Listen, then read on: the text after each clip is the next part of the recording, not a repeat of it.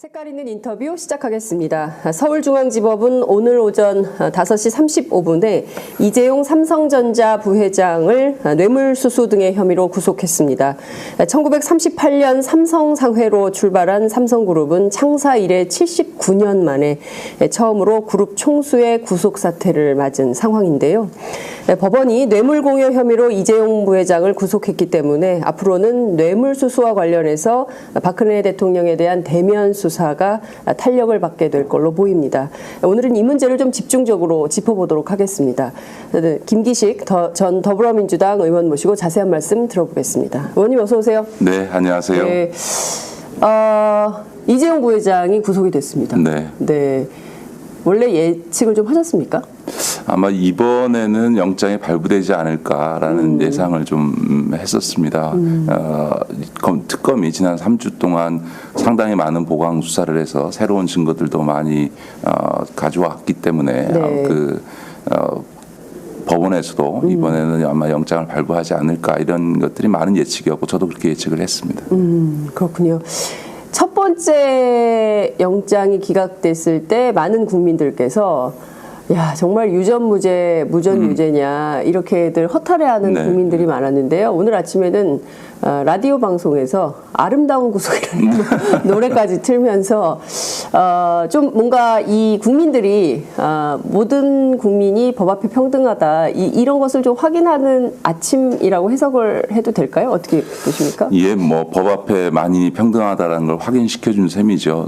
앞서 장윤선 기자도 얘기했습니다만 이제 삼성 그룹 총수로서는 최초의 구속 아닙니까? 네. 그러니까 뭐 창립 이래 뭐 70몇 년 그랬을 뿐만 아니라 63년인가요? 그 창업자인 이병철 회장이 사카린 미수 사건이 있었음에도 불구하고 한국 비료를 헌납하는 것으로 구속을 피한 바가 있고 또 아버지 이건희 회장의 경우에도 두 차례에 걸쳐서 사법 처리가 됐습니다만 두 번 다 불구속 됐고 또 집행유예를 선고받고 또 사면 복권을 받았죠. 원포인트 사면. 그렇죠. 그런데 그런 점에서 보면 반세기가 넘는 어떤 사건에도 불구하고 삼성 총수는 구속되지 않는다라고 하는 이 신화가 드디어 깨졌다라고 하는 점에서 어떤 의미에서 보면 한국 사회의 특권이라고 하는 것이 더 이상 존재할 수 없다라고 하는 아주 상징적 의미가 있다 이렇게 보여집니다. 네.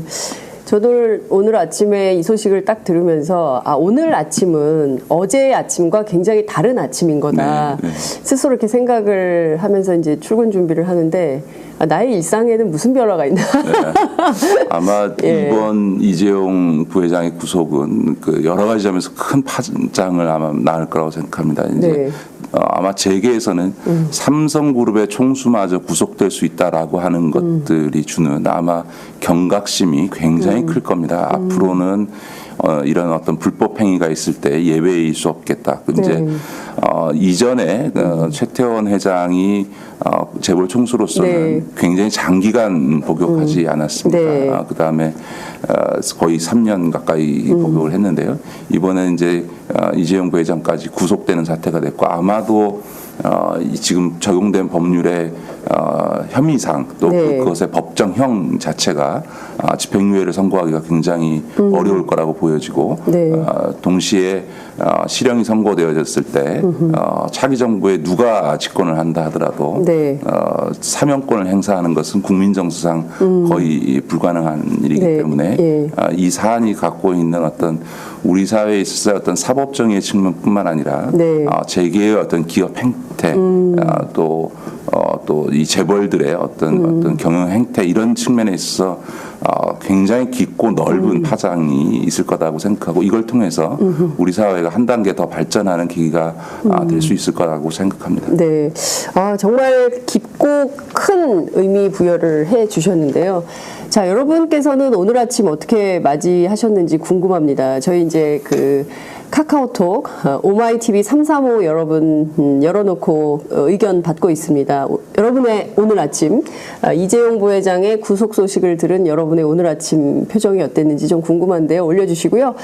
늘 말씀드리는 것처럼 유튜브 그리고 페이스북 다음 TV 팟 아프리카 TV 열어놓고 여러분 기다리고 있습니다. 많이 메시지 남겨주시고요. 김기식 의원님은 경제 전문가세요. 궁금한 내용이 있으시면 다 물어봐 주시기 바랍니다. 제가 빈 틈틈없이 다 전달해 드리도록 하겠습니다. 벌써부터 막 의견이 들어오는데요. 레이첼 팡님께서 사진을 하나 보내셨어요. 네. 뭐야 나촉 되게 좋아. 꿀꺽. 예. 오늘도 오스트리아 비엔나입니다. 이재용 구속 너무 신나네요. 세상은 정말 아름다운 것 같아요. 어제는 굉장히 우울한 메시지를 보내셨던 것 같은데 박근혜 씨도 구속되면 정말 완벽하겠죠? 캬캬캬. 저는 그런 날이 빠른 시일 안에 올 거라고 확신합니다. 이런 의견 주셨습니다. 이준성님께서요. 오늘도 팟짱으로 하루를 시작합니다. 이재용 삼성전자 부회장이 구속이 됐네요. 이제라도 구속이 돼서 다행이고요. 박상진 삼성전자 사장도 특검 연장시켜서 구속영장 재청구해서 구속시키면 좋겠습니다. 최순실에게 돈 준 사람들 다 구속되고 삼성 해고 노동자들 복직시키고 인터넷 기사 본 적이 있는데 삼성전자 서비스 노동자들도 불법 파견이라고 패소했던데 정규직 되셔서 그분들도 다시 복직시키면 좋겠어요. 저도 예전에 삼성전자 다닌 적이 있거든요. 전직 삼성전자 직원이신가 봐요. 네. 굉장히 많은 분들이 지금 계속 올려주시고 계시는데요. 얘기를 좀 들어봐야 되기 때문에. 그 지적하신 내용 중에서 박상진 사장에 대해서 영장이 기각되지 않았습니까? 아마 법원에서는 박상진 사장은 말 그대로 시켜서 한 일이지 본인이 주도적으로 한 것이 아니기 때문에 구속시킬 정도는 아니다라고 판단을 한 것 같습니다. 네네. 근데 이제 이 사안은 굉장히 중요한 어떤 앞으로 특검 수사와 이 박근혜 최순실 게이트 처리에 있어서의 하나의 시사점이 되는데요. 네. 무슨 얘기냐 하면 물론 당연히 이번 그 삼성 건의 주도는 이재용 부회장이 했고 네. 그랬습니다만 과연 시켜서 했다고 해서 이 불법 행위를 한 것에 대해서 어느 정도로 처벌해야 되느냐라고 하는 문제죠. 예를 들어서 블랙리스트 작성 과정에서 문체부의 공무원들이 관여했었고요. 삼성물산과 제일모직 합병 과정에서 복지부 공무원들이 위법한 행위를 하지 않았습니까? 과연 이들을 단지 시켜서 했으니까 뭐 좀 봐준다 이렇게 가게 되면 이게 그 올바르냐 우리 사회 시스템에서 보면 오히려 저는 적극적으로 시켜서 했다 하더라도 그 부분에 대해서 적극적 사법 처리를 해야 앞으로 이 부하 직원들이 그 재벌이 됐든 아니면 공무원이 됐든 위법한 행위에 대해서는 못하겠다라고 거부할 수 있는 것이 아니고 우리 국민들께서 이거 좀 법률로 만들었으면 좋겠어요. 우리 국민들께서 촛불 과정에서 분노했던 것 중에 하나는 최순실이라고 하는 민간인에 의해서 이렇게 국정이 농단되는 상황에서 어떻게 공무원들이 그것에 저항 한번 제대로 안 하고 시키는 대로 했느냐. 예를 들어서 이번 특검 수사를 지금 사실상 책임지고 있는 윤석열 검사의 경우에는 위법한 지시에 대해서 난 못 따르겠다라고 소위 이 불이익을 감수하면서까지 저항을 했는데 어떻게 행정부의 공무원들이 그럴 수 있느냐라고 하는 이제 분노가 있지 않습니까? 그런 것처럼 이런 어떤 주범은 있겠습니다만 종범에 해당되는 이런 어떤 실무자들에 대한 사법 처리의 수위를 어떻게 할 거냐 또 법원이 나중에 기소되어졌을 때 어느 수위에서 처벌을 할 것이냐라고 하는 문제도 우리 사회의 어떤 시스템의 어떤 근본적 변화라고 하는 측면에 있어서는 특검이나 검찰 또 법원에서 깊게 고민해야 될 대목이 아닌가 싶습니다. 맞습니다. 그 국정원 댓글 사건의 대표적인 건데요. 김하영 씨가 여전히 다니고 있잖아요. 국정원에. 그러니까 부패 그리고 불이한 문제에 대해서 법원이 단죄를 할 때 그러니까 일종의 이제 이런 방식인 것 같아요. 이재용이 몸통이고 박상진은 꼬리에 불과하니까 너는 봐줄게라는 식의 판결이 과연 옳은 것이냐. 그렇습니다. 예, 이런 말씀을 해주시는 건데요. 좀 다른 얘기지만 연관됩니다만 예를 들어서 김영란법 이른바 부정청탁금지법이 갖는 굉장히 중요한 어쨌든 좋은 긍정적인 영향 중에 하나는 뭐냐면 소위 직장 그러니까 예를 들면 부처의 장관이나 차관이나 국장이 부정한 청탁에 의해서 어떤 업무 지시를 했을 때 네. 그 밑에 부하 직원이 그것을 수행하게 되면 이제 김영란법상 네. 처벌받기 때문에 그런 위법한 지시나 혹은 부정한 청탁 법상 위반되는 청탁에 의한 지시는 이행할 수 없습니다. 안 그러면 제가 처벌받습니다라고 그것을 거부할 수 있는 어떤 법률적 근거를 만들어줬다고 하는 점에서 네. 굉장히 중요한 의미가 있거든요. 그러니까 그리고 그랬을 때 실제로 너 사법처리 감수해라고 할 수 있는 네. 상사는 없는 거니까요. 예, 그런 점에서 그렇죠. 보면 이제 이 법이 갖고 있는 어떤 이게 단순히 어떤 그 상급자를 처벌하는 문제를 떠나서 사회 네. 전반에 있어서의 어떤 시스템적 변화를 만들어낼 수 있다고 하는 점에서 부정청탁 금지법이 갖고 있는 긍정적 효과가 있는 거거든요. 예를 들어서 우리나라 선거제도가 여러 가지 네. 바뀌었습니다만 2004년도 선거법 개정이 가졌던 가장 큰 효과는 중에 하나는 뭐냐면 유권자에게 밥을 사는 행위뿐만 아니라 그 밥을 먹은 사람들조차도 50배의 과태료를 물어야 된다고 하니까 네. 그런 얘기가 나왔을 때 아유 저뿐만 아니라 선생님께서도 50배 과태료 물기 때문에 이걸 식사 대접을 못합니다라고 했을 때 사람들이 순순히 그걸 받아들이게 되거든요. 그러니까 그렇게 소위 위법한 행위에 대해서 당당하게 거부할 수 있는 어떤 사회 풍토들을 만들어가는 측면에 있어서 우리가 주목해야 되고 저는 그런 점에서 이번 박근혜 최순실 게이트 사건을 수사하는 과정에서 소위 그 시켜서 난 어쩔 수 네. 없었다라고 얘기하는 공무원들이라든가 기업체의 어떤 관계자들에 대해서 한번 특검과 검찰, 법원이 깊게 우리 사회를 한 단계 업그레이드 시키는 측면에서 네. 고민해 줘야 한다고 생각합니다. 네. 그러니까 일종의 이제 그 국민정서법 같은 게 있잖아요. 네. 그래서 이 사람이 몸통이니까 몸통은 처벌하되 이거 시켜서 했으니까 시킨 놈을 좀 봐줘야 되는 거 아니야? 뭐 이런 생각들을 여전히 하시는 분들이 있지만 사법정의를 세운다는 측면 그리고 다시는 또 똑같은 범죄 행위가 재발되지 않도록 하기 위해서는 분명한 법의 잣대가 필요하다. 예, 이런 그런 말씀이신 거예요. 점에서 뭐 박상진 사장 같은 경우에는 삼성의 어쨌든 권력 구조에서 보면 진짜 사실 굉장히 낮은 네. 사장이긴 하지만 예. 근데 사장인데 낮아요? 네, 네.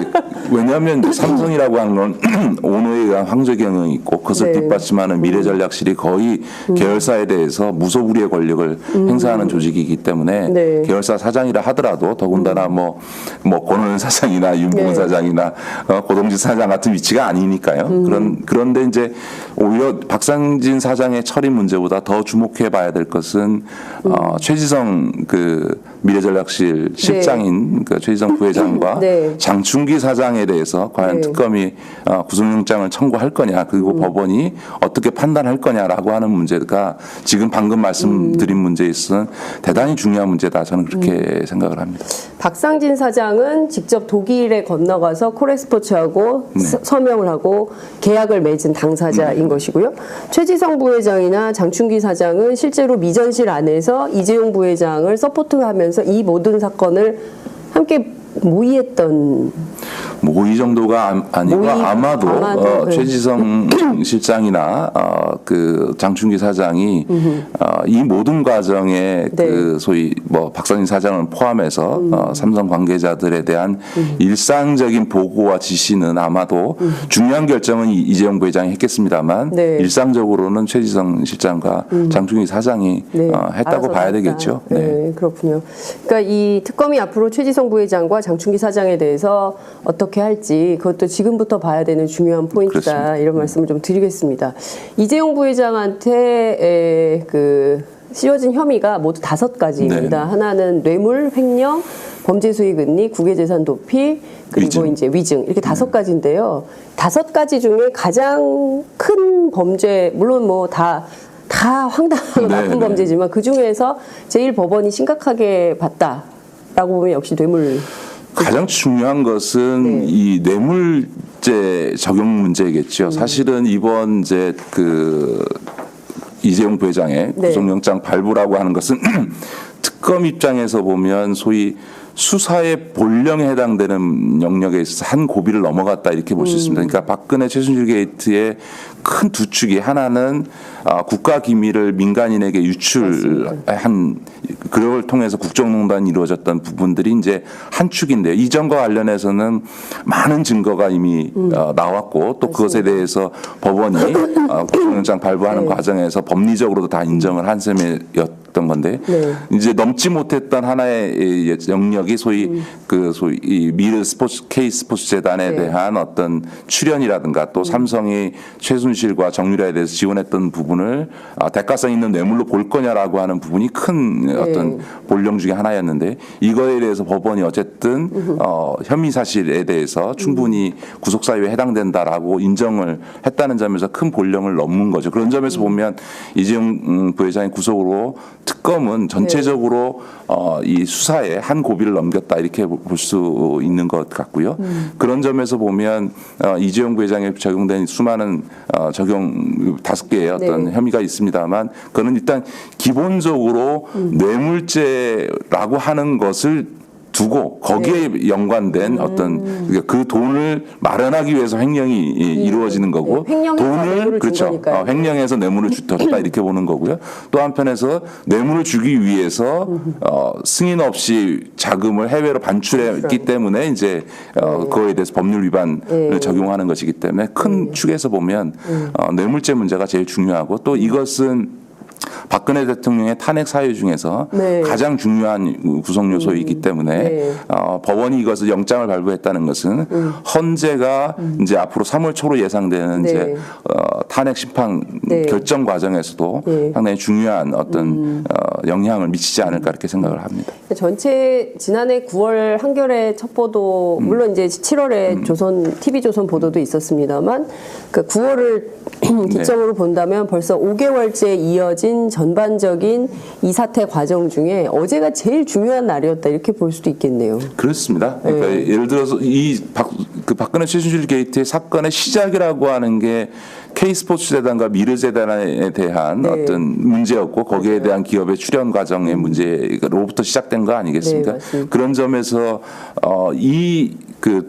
어떤 재단에 돈을 출연한 행위 또 그 과정에서의 어떤 대가성 여부 이 돈의 어떤 뇌물적 성격 이런 문제를 규명하는 문제는 이 사건의 처음이자 끝이라고 얘기할 수 있는 건데 그 부분에 있어서 특히나 미르재단이나 K스포츠재단 이외에 직접적으로 최순실과 정유라에게 자금을 제공했던 만약에 이재용 부회장과 삼성이 여기서 구속할 수 없었다면 아마 다른 기업들에 있어서 어떤 수사에서는 당연히 그건 구속영장 자체가 성립되기 어려운 것이었기 때문에 이 산을 못 넘고는 뇌물죄 수사는 거의 진전되기 어려웠다고 봐야 되겠죠. 근데 그 산을 이제 넘었기 때문에 박근혜 대통령에게는 뇌물죄를 적용을 할 수 있는 근거가 생긴 것이고 또 다른 대기업들에 대해서도 수사에 탄력을 붙일 수 있는 계기가 마련됐다고 봐야 되겠죠. 두 가지를 좀 나누어서 여쭤볼게요. 이제 첫 번째는 이제 전체 대기업 수사에 대해서 시간이 없다. 특검이 이제 10하루 남은 거죠. 28일을 마지막 종료 시점이라고 본다면 시간이 없기 때문에 이제 삼성에 집중하고 나머지 대기업은 특검 수사 기간이 연장되면 모를까 그렇지 않는다면 하기 어렵다라고 선언을 한 측면이 있어요. 그래서 이 문제를 어떻게 할지가 하나 있고요. 또 하나는 어제 이제 행정법원에서 특검이 제기한 그 소송 있지 않습니까? 청와대 압수수색 불승인 그 집행정지 가처분 소송을 냈는데 이것에 대해서 각하 결정을 내렸어요. 이 문제가 좀 있고요. 그리고 박근혜 대통령 대면 조사 이제 할 수밖에 없는데 왜냐하면 뇌물을 줬다는 게 인정이 됐기 때문에 이제 받은 사람 수사를 해야 될 거 아니겠어요? 그 최순실 씨는 이제 구속이 되어 있는 것이고 이 세 가지를 좀 나누어서 하나씩 설명을 좀 부탁드릴게요. 먼저 이제 다른 기업에 대한 수사를 현재로서는 1차 이 특검 수사 기한 안에서 수사할 것이 현실적으로 불가능하다라고 하는 특검의 판단은 맞습니다. 왜냐하면 현행법상으로 보면 이 특검 수사 기한 안에 기소까지 다 네. 맞춰야 되는 것이기 때문에 지금 이제 수사해서 소환 조사하고 그거에 대해서 구속영장 신청해서 구속시킨 다음에 네. 기소할 수 있는 공소장 준비까지가 현실적으로 불가능한 거죠. 그런 점에서 보면 특검 수사 기간은 당연히 연장돼야 되죠. 지금 대통령에 대한 조사도 지금 제대로 안 이루어졌고 네. 그다음에 이재용 부회장이 구속됐는데 나머지 재벌 기업에 대한 아무런 수사가 이루어지지 않았기 때문에 지금의 상황이야말로 네. 특검 수사가 연장돼야 될 모든 필요성들이 다 입증된 거죠. 이재용 부회장이 구속됐으니까 네. 나머지 기업에 대한 수사를 해야 되는데 법률가라면 다 알다시피 수사할 수 없다. 현실적으로 예, 남은 예. 기간 동안 없는 건 너무나 다 분명해졌고요. 예. 그다음에 박근혜 대통령이 지금 대면 조사를 계속 거부하고 있는 상태에서 예. 이 사건에 뇌물을 제공한 쪽만 수사하면 어떡합니까? 그렇죠. 뇌물을 받은 쪽도 지금 수사를 해야 되는데 그걸 수사 못했으니까 당연히 수사 기간을 연장해 줘야 되는 게 당연한 거죠. 그런 점에서 저는 뭐 황교안 총리가 만약에 수사 기간 연장을 거부한다면 그건 뭐 명백히 박근혜 대통령을 보호해 주기 위한 그 정치행위라고 볼 수밖에 없는 것이고요. 아하. 만약 그렇게 나온다면 저는 국회가 반드시 특검법을 개정해서라도 네. 특검의 수사 기간을 연장해 줘야 되는 게 아닌가 이런 생각이 들고요. 청와대 압수수색과 관련해서 법원에서 이제 각하 결정을 네. 내렸습니다. 그러니까 아예 본안 판단 안 하고 이거는 소송 자체가 성립되지 않는다라고 하는 건데 이 점에 대해서 우리 국민들께서 너무 법원을 비난하시지는 않았으면 좋겠습니다. 이게 이제 법리적으로는 법원이 그렇게 판단할 수밖에 없는 측면이 조금 있습니다. 그러니까 예를 들어서 이게 형사 사건의 어떤 진행 과정에 생겨난 문제인데 이거를 네. 행정소송의 대상으로 볼 수 있느냐라고 하는 부분도 있는 거고 또 이 청와대 그 거부 행위를 행정소송이라는 건 행정처분을 전제로 하는 건데 이걸 이제 행정처분이라고 볼 수 있는 거냐. 네. 그다음에 특검이 법원으로부터 발부받은 압수수색 네. 영장을 집행하지 못한 것이 무슨 권리 침해라고 볼 수 있는 거냐라고 하는 거. 그냥 어떻게 보면 영장이라고 하는 거는 집행이 안 되면 경찰력을 동원해서 집행하면 되는 거고 예. 그걸 방해하면 공무집행 방해로 맞습니다. 기소하면 되지 왜 그걸 갖고 소위 이제 권리가 침해된 부당한 행정처분으로 인해서 권리가 침해받은 국민들이 제기하는 행정소송의 형태로 문제를 삼느냐라고 네. 하는 점에서 이 행정소송의 법리 구성상 법원이 이렇게 판단할 수 있는 부분이 있습니다. 그래서 이 점에 대해서는 우리 국민들께서 이렇게 그 압수수색을 거부한 청와대를 비판할 일이지 네. 법원을 막 이렇게 너무 이렇게 공격하시지는 않으셨으면 좋겠다. 오히려 이 압수수색을 정당한 법 집행을 거부하고 있는 이제 청와대가 문제고요. 즉 그렇게 보면 이제 왜 특검 보고 그러면 경찰력을 동원해서 네. 나도 강제 집행 안 하냐라는 얘기가 있습니다만 청와대라는 곳이 어느 곳입니까? 이게 경호실이랑 물리력이 있는데 과연 지금 경찰에 뭐 특검 인력이라고 하는 강제 집행을 할 수 있는 인력은 없으니까요. 경찰의 협조를 요청해야 되는데 과연 경찰이 그런 강제적인 압수수색을 하는데 필요한 병력을 협조해 줄 거냐? 이것도 황교안 총리가 정리해야 그렇죠. 그 어쨌든 경찰청장이 네, 경찰청장. 승인해 줘야 되는데 네. 경찰청장을 지금 지휘하고 있는 게 황교안 총리 아닙니까? 네. 그러니까 특검 입장에서는 경찰의 협조를 얻는다는 도리도 없고 서로 협조를 얻는다 하더라도 과연 청와대에 경찰 병력을 동원해서 경호실과 충돌하는 상황을 만들어내는 것이 이게 네.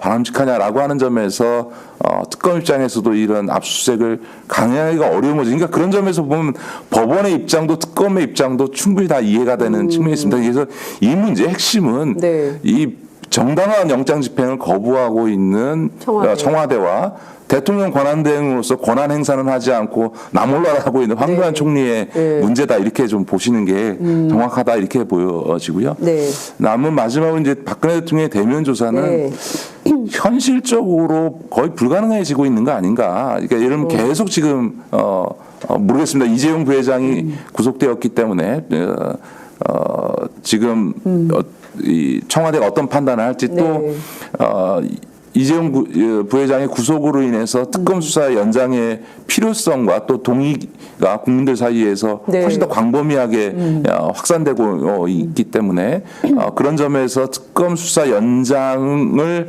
안 할 명분으로 형식적으로 대면 조사에 응할 가능성은 일부 있겠습니다만 네.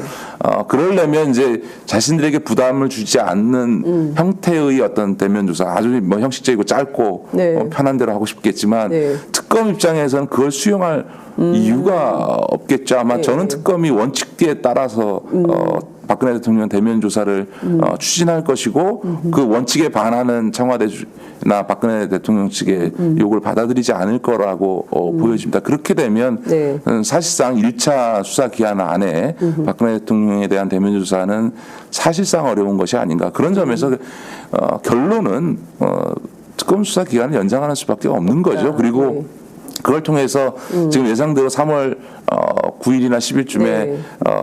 이 헌재 탄핵 결정이 이루어지면 이제 그때부터는 박근혜 대통령이 그냥 사인인 거죠. 예, 자연인 신분으로 돌아가는 거죠. 그러면 이제 언제든지 이 사법적 조치를 취할 수 있기 때문에 지금 연장 안 하려고 하는 게 그것 때문 아니겠습니까? 이게 네. 탄핵되는 상황에서 만약에 특검이 수사 중이면 그렇죠. 박근혜 그렇고. 대통령이 바로 사법 처리될 맞아요. 것을 우려해서 지금 어떻게든지 간에 지금 구속만은 막아야 된다라는 네, 네. 얘기를 실제 새누리당 아니죠 자유한국당 네.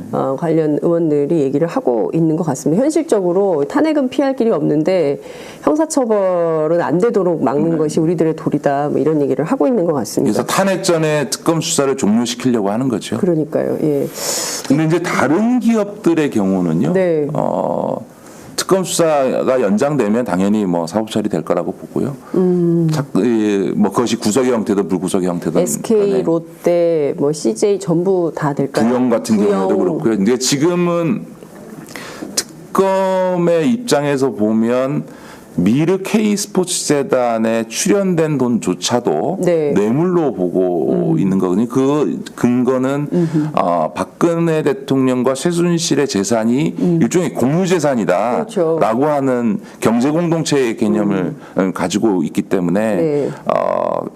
소위 그 K 스포츠 재단이나 미르 재단의 실질적 소유자가 최순실이었고 네. 또 최순실이 계획한 바에 따르면 그게 출연된 돈의 대부분을 지금 다 빼돌리려고 그렇죠. 했던 것이고 또 이 재단의 과정에 사무실의 위치 또 임원들까지 박근혜 대통령이 다 깨알같이 지시를 했던 걸로 쓰레기통까지. 보면 이 재단의 소유권이 사실상 박근혜 대통령과 최순실이 공유하고 있었던 거다라고 네. 보게 되면 우리가 과거 판례로 놓고 보게 되면 대통령에 대한 뇌물죄는 포괄적으로 규정을 하기 때문에 네. 그 시점에서의 구체적인 청탁이 이루어졌지 않다 하더라도 이후에 있을 수 있는 어떤 기대 심리만 가지고도 네. 이 그 대통령에 대한 어떤 포괄적 뇌물죄를 적용할 수 있는 대법원 판례들이 네. 있기 때문에 어떻게 보면 미르 K 스포츠 재단에 출연한 네. 모든 돈에 대해서 사법 처리의 대상으로 삼을 수도 있습니다. 물론 그거에 따라서 사법 처리의 수위는 대단히 달라지죠. 판단할 수 있겠습니다만 예. 기본적으로는 그렇게 볼 수 있겠죠. 그런 점에서 보면 미르 K 스포츠 재단에 자금을 출연했던 부분들에 대해서는 다 수사가 불가피한 거고요.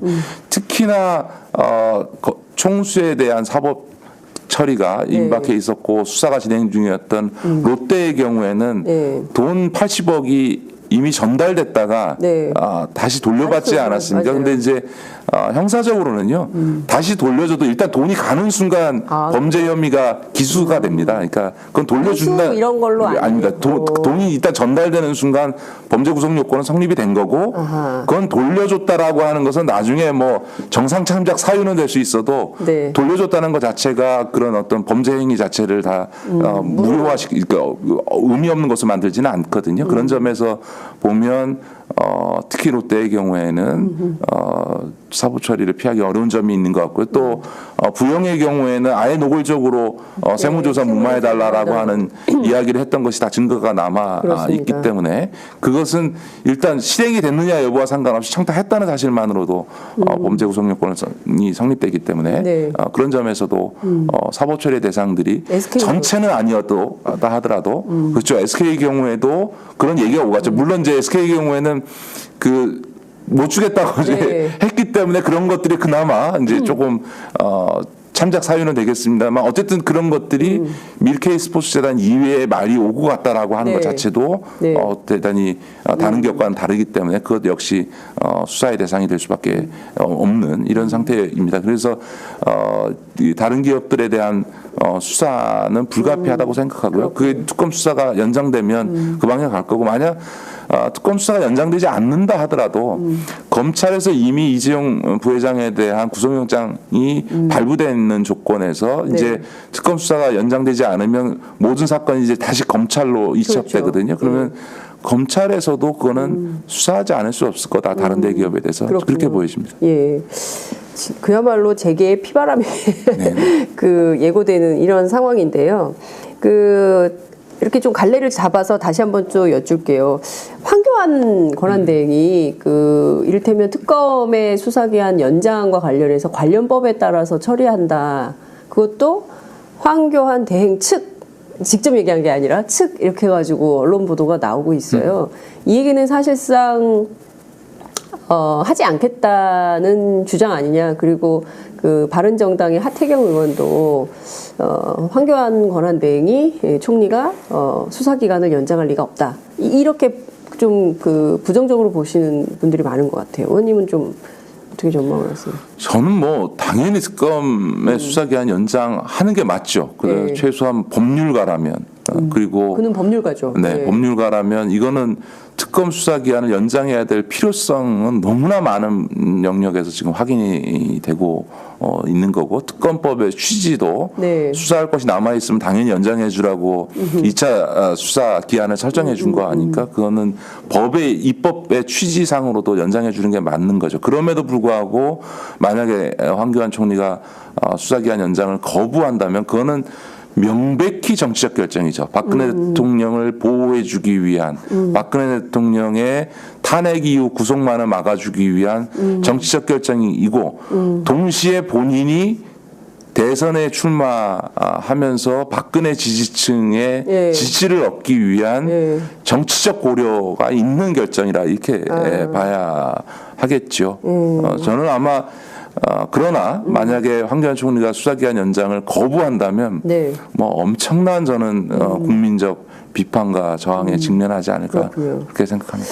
이번 주 내일인데요. 촛불 집회 구호가 저는 정해졌다고 봐요. 황교안은 특검 수사기한을 연장해라.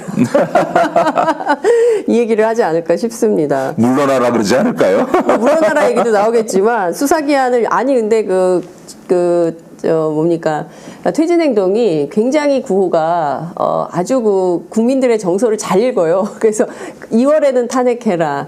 이를테면은 뭐 대선보다 탄핵이다. 뭐 이런 이를테면 이번 주 2주의 과제 그런 것들을 진짜 퇴진행동이 잘 정하는데 이 수사기간 연장에 대해서 적극적으로 황교안 권한대행 총리가 해야 된다 이런 말씀 좀 주셨습니다. 출마는 할까요? 대선에? 글쎄요, 그건 뭐 잘 모르겠습니다만 뭐 말이 안 되는 거죠. 네. 이 대통령이 지금 국회에서 탄핵 의결이 돼서 직무정지 상태에서 탄핵 사건이 진행 중이고 탄핵이 결정되면 2달 안에 대통령 선거를 해야 되는데 그 관리를 책임져야 될 권한대행이 출마하겠다고 그만두고 대행의 대행을 만드는 정말 세계사의 코미디 같은 일을 일국의 법무부 장관 국무총리까지 한 사람이 정치적 목적 이익을 위해서 한다. 이건 저는 뭐 있을 수 없는 일이라고 생각합니다. 그럼에도 불구하고 저는 만약에 그렇게 강행한다면 뭐 저는 크게 걱정하지 않습니다. 국민적 심판이 있을 거라고 저는 생각합니다. 황교안 총리에 대한 국민적 심판이 네, 그리고 그것을 그 사람을 대통령 후보로 하겠다는 자유한국당도 국민적 심판에 저는 직면하게 될 거라고 생각합니다. 자유한국당도 국민적 심판.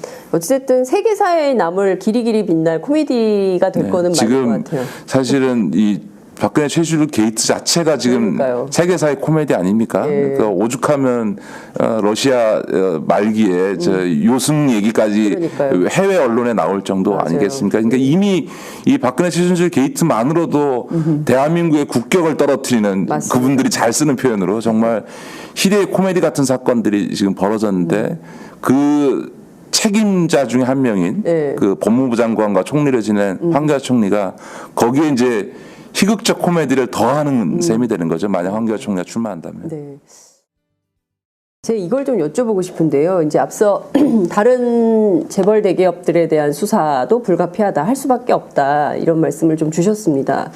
언론이 말이죠. 그 이재용 부회장의 구속영장을 앞두고 논조가 보수 언론이 많이 변했습니다. 특히 이제 경제지하고 조선일보를 비롯한 보수 언론이 이재용 일병 구하기 엄청 나서고 있고, 아마 이제 이게 밤사이에 결정이 됐기 때문에 오늘부터 그런 보도는 집중적으로 나올 걸로 보이고요.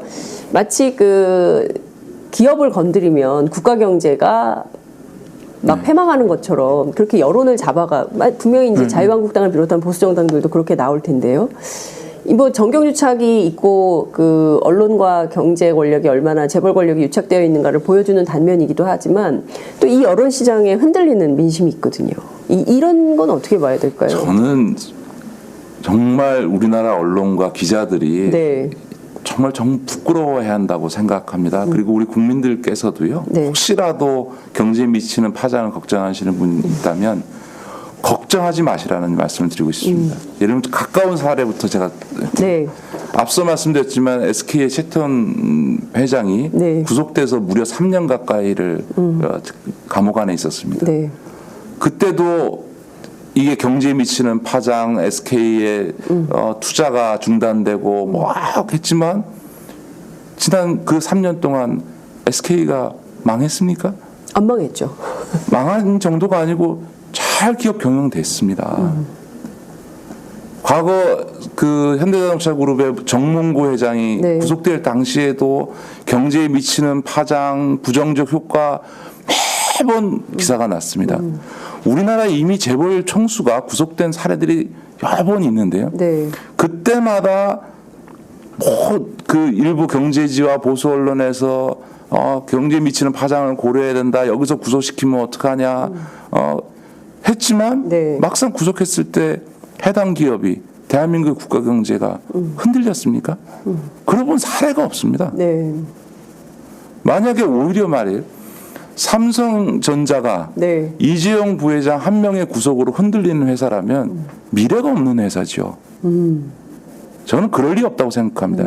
그런 점에서 무슨 경제에 미치는 파장을 고려해서 재벌 총수에 대한 사법 처리는 판단해야 된다, 조절해야 된다, 낮춰야 된다, 이런 식의 이런 부끄러운 주장을 어떻게 계속 언론이 반복해서 하는지 저는 정말 부끄러워해야 한다고 생각합니다. 뭐 이번에도 특검의 오기, 뭐 먼지털이식 수사, 뭐 이런 방법으로 계속 그 특검의 이제 정당성을 흔드는 보도들을 계속했는데요. 이제 앞으로 그런 보도가 많이 나올 것 같아서 미리 이제 좀 말씀을 좀 여쭤봤습니다. 삼성이 패닉에 빠졌다. 그래서 삼성 자체로서도 굉장히 내부가 흔들릴 거다. 왜냐하면 경영권 후계 구도가 흔들렸기 때문에 앞서 이제 경영 공백은 없을 거다 이런 말씀 주셨는데 중요한 것은 이재용 부회장이 이 삼성의 경영권 승계 작업이 시작된 게 1994년. 네.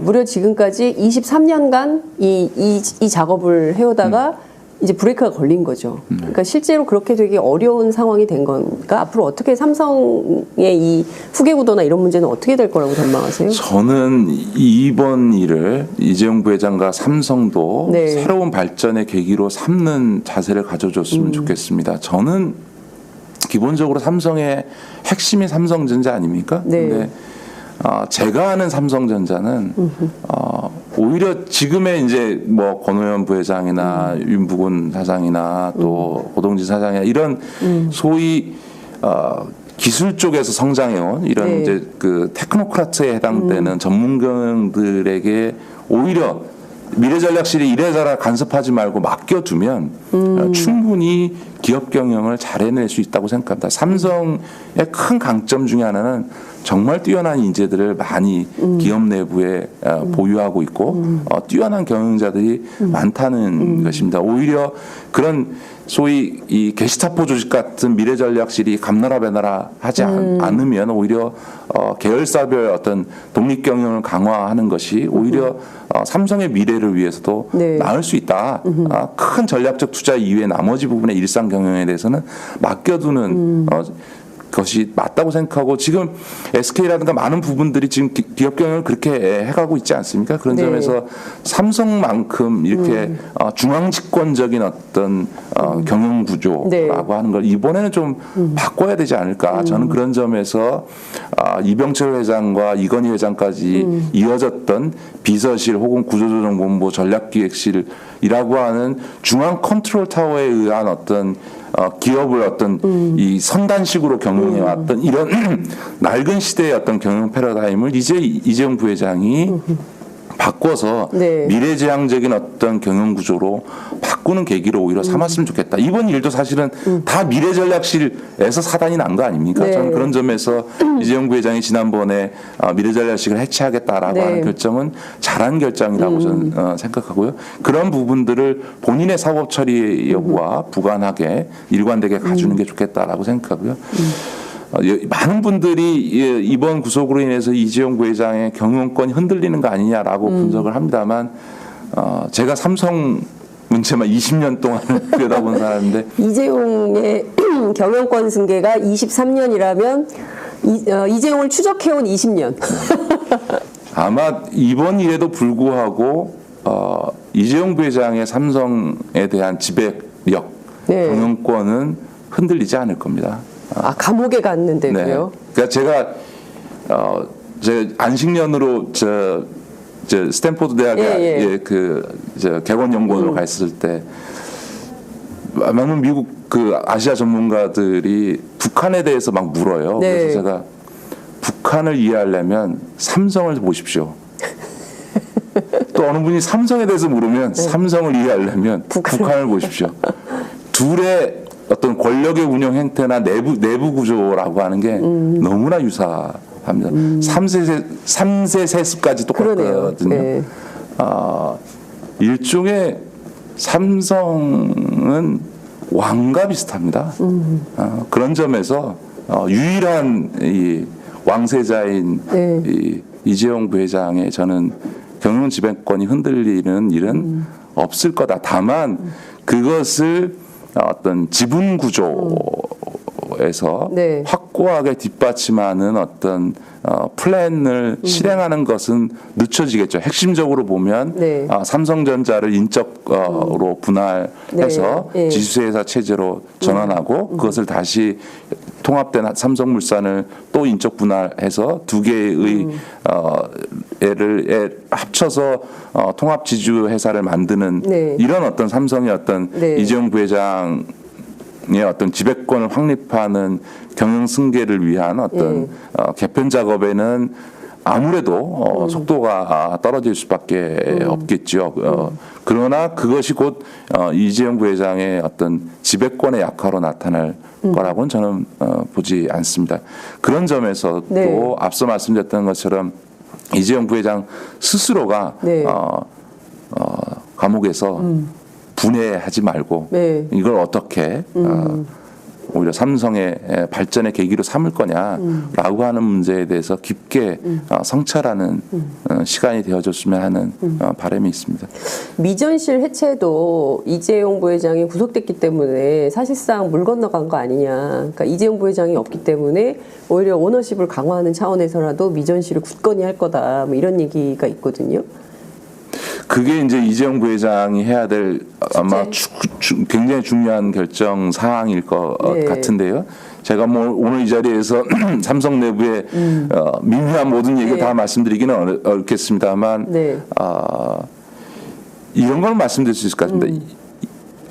창업전 이병철 회장 때의 비서실과 이병철 회장과의 관계하고 네. 이건희 회장 때의 이건희 회장과 구조본부의 관계하고 이재용 부회장과 미래전략실의 관계는 본질적으로는 같을지 모르지만 조금 차이가 있습니다.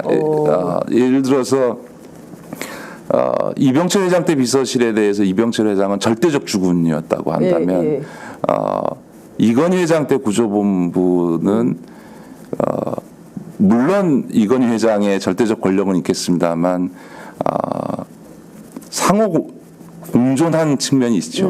그러다가 그게 일정하게 가다 보니까 이학수 네, 네. 부회장에 대해서 나중에는 이건희 회장이 아하, 칼을. 칼을 들이댈 수밖에 없는 이런 구조였다고 봐야죠. 지금 이재용 부회장과 미래전략실의 관계는 그거보다도 조금 더 약화돼 있는 거 아닌가라고 하는 점에서 네. 분명히 내부적으로 미묘한 파장은 생겨날 거라고 생각합니다. 그리고 앞서 말씀드렸던 것처럼 이재용 부회장의 어떤 지배권을 뒷받침하는 어떤 시스템 개혁 자체가 충분히 다 이루어지지 않은 상태이고 또 아버지 이건희 회장이 아직 네. 살아있기 때문에 네. 거기에 지분도 지금 아직 정리가 안 돼 있는 아버지가 네. 갖고 있는 지분도 아직 정리돼 있지 않은 상태고 만약에 새로운 지배 체제가 갖춰지기 전에 만약에 이건희 회장에게 병고가 생길 경우에는 그 재산의 반이 무조건 홍나희 부인에게 일단 그렇죠. 가고 예. 그 나머지 반을 균분하게 돼 있는 거거든요. 세 자녀가. 예, 예. 자 그렇기 때문에 이건희 회장의 지분의 사실 중에서 네. 이재용 부회장이 상속법상 받을 수 있는 부분은 더 작네요. 그렇죠. 실제로는 뭐 하나의 여사가 더 많고. 그렇죠. 네. 6분의 1 정도밖에 안 되는 수준인 네. 거거든요. 그러니까 그런 것 때문에 그 이재용 부회장이 경영권을 승계하면서 지금 삼성물산과 제일모직을 합병하고 삼성전자를 인적 분할하고 뭐 이런 이제 소위 복잡한 이제 플랜을 가동시켜 왔던 거거든요. 근데 그게 완결되기 전에 지금 상황 변수가 생겼기 때문에 네. 미묘한 파장은 있을 거다. 그리고 그것이 순수 기업 경영 이외에 삼성 기업에 부정적 효과를 줄 수는 있겠습니다. 그러나 그런 어떤 과정에도 불구하고 제가 보기에는 이재용 부회장의 네. 지배력은 네. 본질적으로 흔들리지 않을 그렇군요. 거다 이렇게 봅니다. 이씨 왕조는 영원하다. 근데 왕세자가 이제 구속이 됐기 때문에 이제 권력에 어떤 변화가 있을지는 저희가 지켜보도록 하겠습니다. 전경련을 해체하라고 광장의 요구가 있었는데요. 이 자동 해체가 좀 되고 있는 것 같아요. 네네. 그 뭐 LG, 삼성 뒤이어서 지금 SK가 탈퇴를 했고 오늘 이사회를 여는데 아무도 안 온다는 거예요. 그래서 그 회장을 못 뽑을 것 같다. 이제 이런 얘기가 나오는데 전경련 해체가 가져올 파장도 클까요? 글쎄요, 뭐 이미 전경련이라는 거는 이미 네. 그 국민적으로뿐만 아니라 재계 안에서도 네. 그 이미 의미를 쓸데없다. 상실해 버린 거고 이제 앞으로 어떤 정부가 전경련을 예를 들면 경제단체 그 대표들 초청 간담회를 한다고 한들 네. 전경련을 누가 부르겠습니까? 아, 그러네요. 그런 조건에서 전경련이라고 하는 게 의미가 없겠죠. 저는 뭐 당연히 네. 스스로 해산을 결정하는 게 맞다고 생각하고 네. 거기에 막대한 지금 자산이 남아 있는데요. 그렇죠. 그거는 저는 주요 회원사였던 어떤 재벌들의 결정에서 사회 공헌하는 자금으로 쓰는 것이 저는 맞지 않을까 싶습니다. 네. 전경련에 얼마나 있나요? 지금 일단 여의도에 50층짜리 건물이 있지 않습니까? 예. 그것만 해도 예. 한 층만 주면 좋겠다. 오마이뉴스에. 이런 사사로운 감정에 휘말리면 안 되는데요. 하여튼 사회공헌 자금, 공익적 자금으로 썼으면 좋겠다 이런 말씀을 좀 주셨습니다. 앞서 말씀 주신 대로 3월 10일 박근혜 대통령에 대한 탄핵 심판 선고가 내려지면 이제 대통령 선거가 열리게 되는 거예요. 2달 안에 해야 되는 거잖아요. 그러면 지금 더불어민주당이 제일 유리한가요? 지금 선거인단 모집하고 계신데 그제만 71만 명이 예, 전화를 걸었고 그중에 그 선거인단으로 등록한 분이 22만 8천 명. 어제까지 하면은 한 30만 명에 가까운 분들이 선거인단에 가입을 했는데 이거 좀 분석을 해봐야 될 것 같아요. 그 역선택. 그래서 박사모. 박사모가 다 가입해가지고 문재인 떨어뜨리자 이런 운동을 한다고 하는데요. 어떻게 보세요? 예, 일단 현상. 뭐 지금 정권 교체는 우리 국민들께서 특히 중도 심지어 보수적인 분들까지도 기정사실로 받아들이기 시작하신 것 같아요. 그러니까 이제는 바뀌어져야 되는 거 아니에요. 제가 아는 아주 보수적인 기업 하시는 분도 이번엔 정권 교체 해야 되는 것 같다. 이 상태로 못 간다라고 하는 것. 그것도 실제로 국민 여론조사에서도 보면 저희 당 대선 후보들의 지지도의 합이 지금은 이제 거의 그 60%에 육박해 있고요. 당 지지도가 지금 45% 그러니까요. 가고 있고 전국 교체에 대한 지지 여론도 꾸준히 견고하게 60% 이상을 유지하고 있기 때문에 거의 뭐 저희 당의 경선이 거의 본선에 해당되는 정도와 같은 이런 양상을 보여주고 있는 것 같습니다. 어찌됐든 누가 될지는 모르지만 정권 교체는 되지 않을까 이런 좀 기대를 갖고 있는 건 사실이고요. 그러나 뭐 선거라는 건 하루아침에도 대선은 특히나 격변하기 때문에 늘 겸손한 자세로 국민의 신임을 얻기 위해서 저희 당과 후보들이 노력해야 된다고 봅니다. 최근에 이제 그 저희 당 이제 그 경선 선거인단 모집에 거의 뭐 이게 무슨 저 대박 터지듯이 지금 네. 막 그 국민들의 관심과 참여가 굉장히 높았고요. 지금 예상으로 가면 거의 200만 아마 최대 역대 대선 후보 경선에서 최대 규모의 국민 참여가 이루어질 것 같고요. 그러다 보니까 이게 소위 저희 당 지지자가 아닌 네. 또 무당층도 아니고 국민의당이나 보수신당이나 심지어 요즘 박사모가 그 나서서 네. 문재인을 떨어뜨리기 위해서 경선인 선거인단에 참여해서 반문재인 투표하자라고 뭐 선동을 하고 있다는 그런 거 아닙니까? 저는 그래서 실제로도 일정하게 그런 어떤 국민의당이나 박사모나 이런 데들이 들어와서 네. 지지자들이 들어와서 역선택을 하려고 하는 흐름들은 있다고 생각합니다. 네. 분명히 있다고 생각하지만 그런데 저는 네. 대통령 선거 같은 규모 예를 들어서 뭐 조그만 국회의원 선거는 몰라도요. 네. 이런 대선 후보 경선이 어떤 조작적인 흐름에 의해서 결과가 뒤집어지는 일은 저는 없을 거라고 봅니다. 근거는 뭐 어떤 저는 근거가 있으세요? 일단 크게 보면요 경선 결과가 한 번도 국민의 민심에 반하는 결과가 나온 사례가 없습니다. 그러니까 대개 여론조사에서 확인되어지는 어떤 이게 예를 들어서 무슨 오차범위 내에서의 어떤 경합이다 이러면 이제 뒤집어지기도 합니다만 네.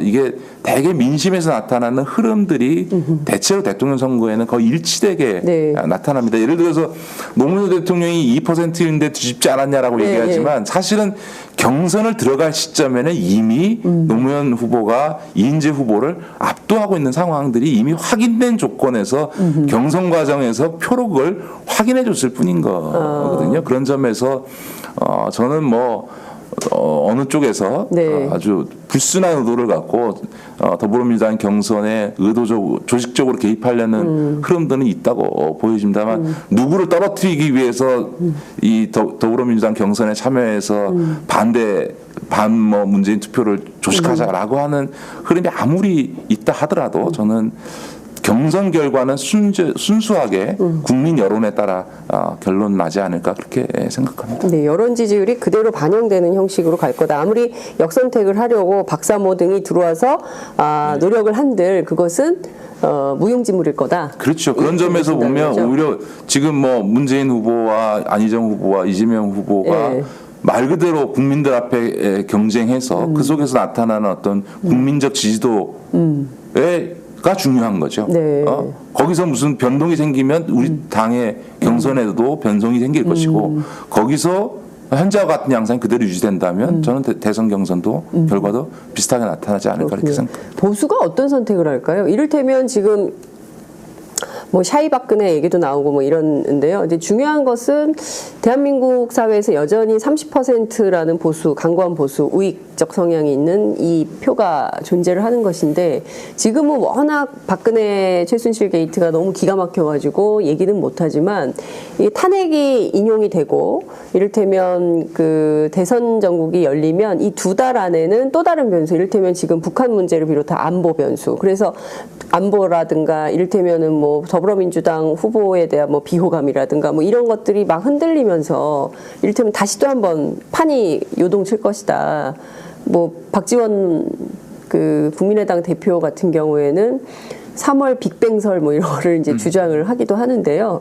이를테면은 그런 방법으로 지금은 이제 탄핵과 특검 그러니까 헌법재판소와 특검이 이슈를 주도하기 때문에 이렇게 높은 지지율을 보이지만 선거 국면이 열리면 또 완전히 달라질 가능성이 있다. 이렇게 분석하는 분들도 계시거든요.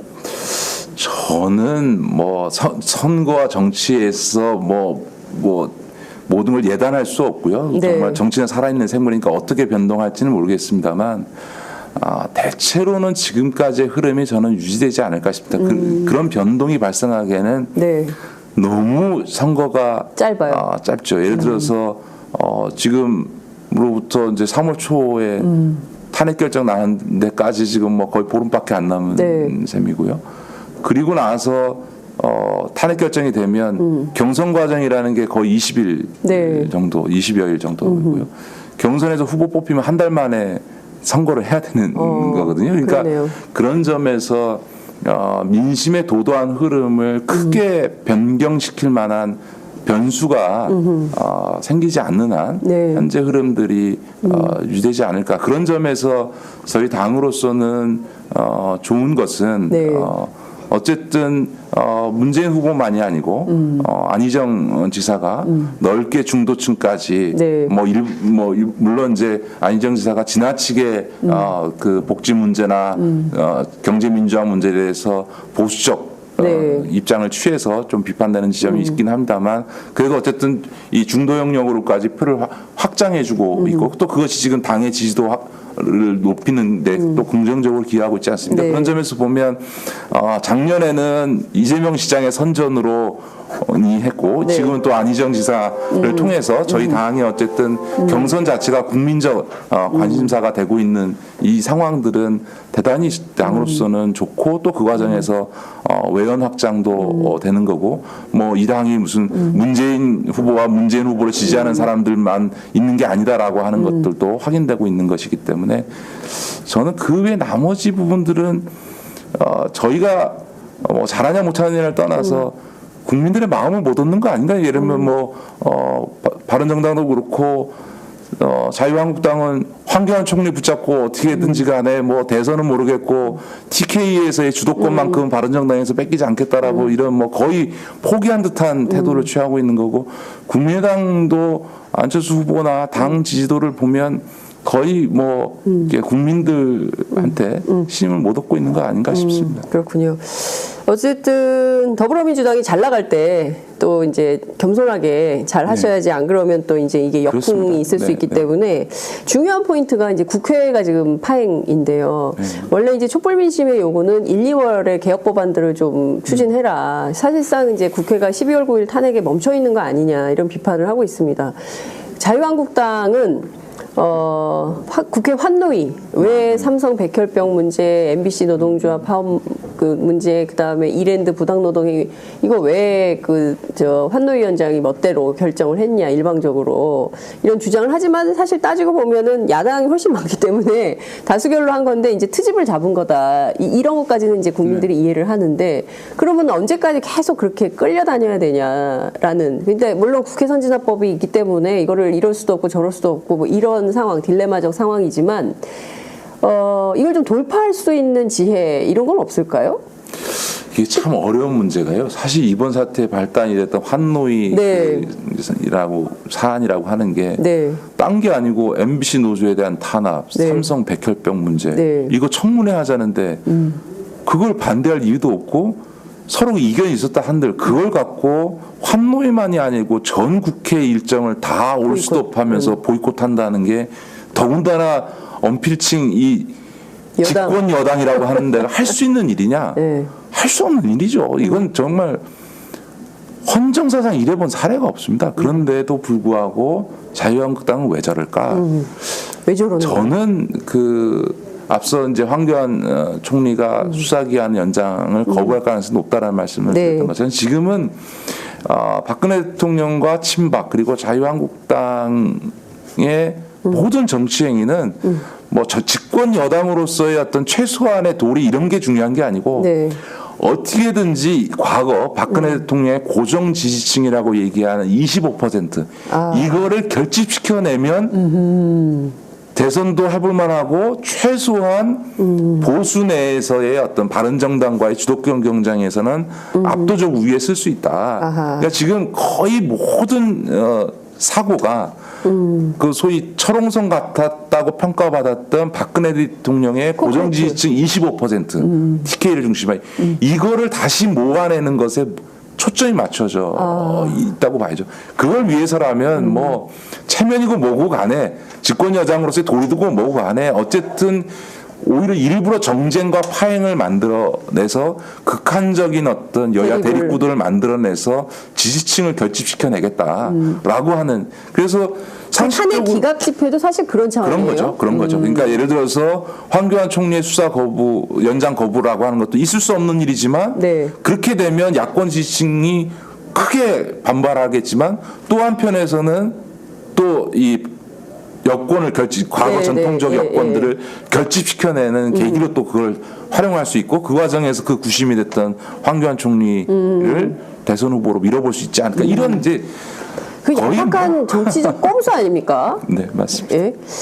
그런 상황이기 때문에 이런 정치 그만하라고 당이 뭐 우상호 원내대표를 중심으로 해서 박완주 원내수석이 굉장히 노력을 하고 있습니다만 이게 상식적인 대화가 안 되고 있는 거죠. 그래서 우리 촛불 광화문에 촛불을 드신 우리 국민들의 요구를 보면 당 원내 지도부에서도 어떻게든지 2월에 다만 얼마라도 성과 개혁 입법의 성과를 내기 위해서 정말 최선의 노력을 다 하고 있습니다만 이게 최근에 자유한국당의 행태라고 하는 게 거의 뭐 어떻게 할 수가 없는 상태고요. 또 이번 사태 이전에도 4+4 회담이라는 게 있었거든요. 예를 들어서 이 4당 원내 수석들하고 해당 상임위 간사들하고 같이 이렇게 회의를 하는 뭐 법사위 이 간사를 맡고 있는 김진태 의원의 경우에는 무조건 다 안 된다는 겁니다. 그래서 오죽하면 저희 박완주 원내수석 부대표가 새누리당 지금 자유한국당 원내수석한테 아니 나하고 합의해놓고 당신 당 법사위 간사가 반대하는 게 이게 말이 되냐 그리고 법사위 간사가 반대한다고 원내 지도부가 합의한 거를 안 하겠다는 게 이게 말이 되냐 라고 항의할 정도의 상황들이 벌어지는 거죠. 그러니까 완전히 그냥 집권 여당이 그냥 목리 부리고 있는 겁니다. 지금. 자, 그런데 자유한국당에서 오늘 아침 발표한 논평에 따르면 국회 파행은 우상호가 책임이 있다. 우상호가 책임져라. 이렇게 얘기하고 있거든요. 이런 걸 두고 적반하장이라고 하는 거죠. 적반하장이라고. 참 이런 적반하장적 상황을 국민들이 이제는 그만 보고 싶다. 적반하장 우리 많이 봤습니다. 작년 9월부터 야 어떻게 이럴 수가 있냐라고 국민들이 봤는데 지금까지도 정신 못 차리고 이런 방식으로 국회를 운영한다는 것에 진짜 저는 저분들이 국회의원 선거 언젠가요? 3년 남았는데 저는 저분들이 다 최순실 씨가 지난번에 특검 그 출두하면서 여기는 자유민주 특검이 아닙니다. 막 소리 지르고 있잖아요. 진짜 적반하장의 아주 전형 극한을 보여줬는데 연병안에 바로 나왔죠. 그러니까 네 맞습니다. 그런데 국민들의 심정은 연병안에인데 최순실의 그런 태도가 지금 자유한국당이 그대로 그런 태도를 보여주고 그런 거군요. 있는 거죠. 똑같은 행태를 하고 있다. 최순실과 이런 말씀 주셨습니다.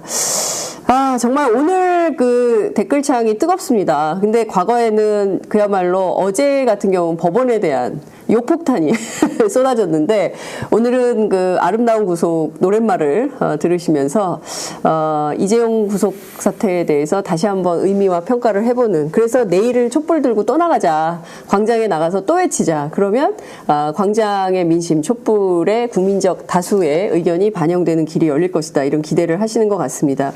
많은 분들께서 그 카카오톡으로 참여를 해주셨는데요.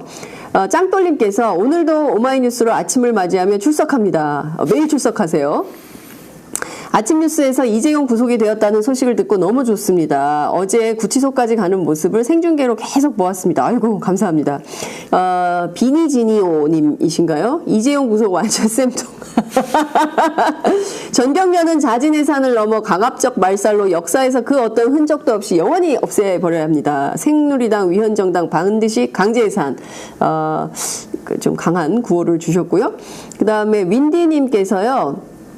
드디어 대한민국이 삼성과의 의 유착고리를 끊는 역사적인 오늘 너무 기쁘네요. 원칙이 지켜지는 세상, 상식이 통하는 대한민국으로 거듭날 때 나도 시카고를 떠날 거예요. 지금 시카고에서 의견 주신 것 같습니다. 저력 있는 우리는 한국인 눈물이 납니다. 기뻐서. 특검, 함정석 판사 모두 대한민국의 새 역사를 쓰신 분으로 기억할게요. 박근혜 너무 싫어. 범죄인. 이런 의견을 주셨습니다. 시카고에서 의견 주셨고요. 은미님께서 이분 일본에서 주시는 건데요. 그립습니다. 나의 조국 하시면서 이재용은 깜빵 가서 반성하길 거듭나서 멋진 경영자로 돌아오세요. 우리나라 국익을 위해 일자리 창출을 위해 애써주시길 바랍니다. 이렇게 당부 말씀까지 주셨습니다. 정말 우리나라 사람들 착한 것 같아요. 라일락님께서 김기식 의원님 안냐 너무 좋으세요. 너무너무 좋습니다. 오늘 기분 좋은 금요일입니다. 황대행이 특검 연장 안 할 거라 200% 생각하는데요. 혹시 다른 방법 없을까요? 이런 질문 주셨습니다. 이냐니님께서 오후는 장윤선 기자님과 함께 팟짱으로 오후? 오레곤이래요. 미국 오레곤. 지금 오후고요. 비가 옵니다. 오후 4시 40분입니다. 하셨습니다. 오늘은 더욱더 해피하게 오후를 맞이합니다. 이 기세를 몰아서 탄핵까지 가야겠죠? 감사합니다. 이렇게 오레곤에서 의견 주셨습니다. 그리고 또 이영재님께서 이재용 구속 당연한 일이고 감동입니다. 모든 게 촛불시민과 특검팀의 힘입니다. 감사합니다. 이젠 박근혜 탄핵 인용입니다. 빨리 나라 좀 안정이 되었으면 좋겠습니다. 이런 의견 주셨고요. 테레사님께서 어디서 보내신 건가요? 어제는 구름, 오늘은 햇살입니다. 이제부터 시작입니다. 끝까지 지켜봅시다. 부역자들도 구속될 때까지 포기하지 말고 살만한 대한민국을 위해 우리 모두 화이팅. 이분이 어디 외국에서 보시는, 시드니. 호주 시드니에서 테레사님께서 주셨습니다. 굉장히 많은데요. 다 읽으려면 시간이 좀 걸릴 것 같아요. 아이고, 굉장히 많이 주셨습니다. 의원님, 그 앞서 질문, 그것만 딱 설명을 하나 해주시죠. 뭐 어떤? 다른 방법 없을까요? 다른 방법 없을까요? 사실 뭐 특검 수사기한 연장은 두 가지 방법밖에 없습니다.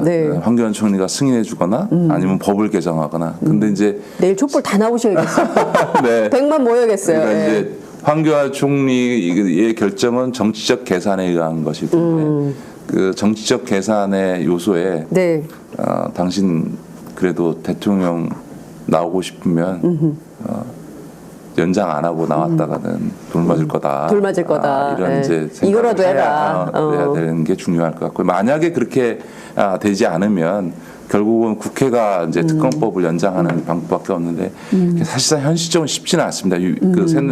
그 자유한국당이 끝까지 반대하게 되면 실제로 법 처리가 국회의장의 직권 상정 요건에 해당되느냐라고 하는 문제에 있어서 지금 원내교수단체를 구성하고 있는 4당 중에서 3당이 합의하면 그걸 받아줄 거냐. 사실 200석이 넘으니까. 그렇죠. 그런 점에서 직권 상정 요건에 해당된다 안 된다라고 하는 그 논란이 계속 있을 수밖에 없기 때문에 아마 당에서도 그 점에 대해서는 황교안 총리가 거부하는 상황. 그래서 다음 주 아마 수요일 정도까지 황교안 총리의 연장 결정 여부를 보고 23일 본회의 때 이 법안을 처리할 것이냐. 지금은 현재로서는 처리할 수 있는 방법은 국회의장의 직권상정 이외에는 방법이 없습니다. 안 그러고는 지금 뭐 법사위를 통과할 가능성 없고요. 또 여야가 합의할 가능성도 자유한국당의 반대로 4당이 다 합의하는 건 어려울 겁니다. 다만 바른 정당에서는 지금 특검 연장에 동의하고 있기 때문에 최소한 3당 간의 합의는 가능하고 그게 절대 다수인 3분의 2에 해당되기 때문에 의장께서 결단을 하실지 그 여부는 좀 지켜봐야 될 것 같습니다. 국회의장실에 전화 좀 하시고요. 그리고 내일 촛불 집회에 황교안 총리에게 좀 그 말씀을 좀 드려야겠네요. 촛불로 어떤 일을 하셔야 될지. 알겠습니다. 시간이 다 돼서 시간이 넘었네요. 69분 55초 지나고 있습니다. 오늘 말씀 정말 잘 들었고요. 역시 삼성 베테랑 전문가다. 저희가 이제 매일 이렇게 과외 선생님 모시고 국민들이 과외를 하고 있어요. 어제는 박범계 의원이 나오셔가지고 법률 공부를 싹 시켜주셨거든요. 오늘은 김기식 의원님 모시고 저희가 삼성 공부 정말 싹 잘 했습니다. 매일매일 과외받는 기분 괜찮으시죠, 여러분? 공짜예요. 많이 공유하기, 그리고 구독하기, 그리고 좋아요로 힘을 주시기 바랍니다. 오늘 말씀 여기까지 듣겠습니다. 고맙습니다. 네, 고맙습니다.